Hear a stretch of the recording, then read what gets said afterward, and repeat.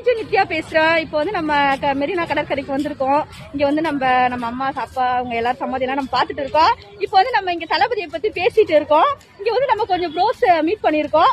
அவங்க எல்லாம் என்ன சொல்றாங்கன்னு நம்ம கேட்போம். இப்ப இவ்வளவு பேர் இருக்கிறதால எல்லாரும் பேரும் சொல்ல முடியல. ஆனா எல்லாருமே நம்ம தளபதி ரசிகர்கள். சரியா? சரி, இப்ப நான் உங்ககிட்ட ஒரு கொஸ்டின் கேட்பேன். அது வந்து நீங்க வந்து எனக்கு எப்படி சொல்லணும்னா அவங்க அதுக்கு ஒரு ஆன்சர் சொல்லுங்க. சரியா? சரி, இப்ப நம்ம தளபதி இருக்காங்கல்ல, அவங்களை எத்தனை பேருக்கு பிடிக்கும்? எல்லாருக்குமே பிடிக்கும். சரி, இப்ப அவர் வந்து அரசியல்ல வந்து இப்ப இருக்கிறது உங்களுக்கு பிடிக்குதா? அப்படி இல்லாட்டி அவர் வந்து படமே நடிச்சுட்டு இருக்கணும்னு உங்களுக்கு விருப்பமா? எப்படி சொல்றேன்னா படமே நடிச்சுட்டு இருக்கணும்னு உங்களுக்கு விருப்பம். ஆனா அரசியலுக்கு வர்றது அவர் நல்லது செய்யறாரு அப்படின்னு சொல்ல எல்லாமே நம்ம நினைக்கிறோம். ஆனா அதுக்கு நீங்க விருப்பப்படல. ஆனா அவர் படம் நடிக்கணும். சரி, இளைய தளபதி படம் நடிக்கிறது அவங்க எல்லாருக்குமே பிடிச்சிருக்கு. ஆனா அவரை நீங்க மிஸ் பண்றீங்க, அப்படிதானே? படத்துல வந்து நம்ம இளைய தளபதியை வந்து மிஸ் பண்றாங்க. நம்மளோட க்ளோசிங் மேல நம்ம தளபதியோட ஃபேன்ஸ் இவங்க எல்லாமே நம்ம தளபதியை மிஸ் பண்றாங்க. சரிங்களா?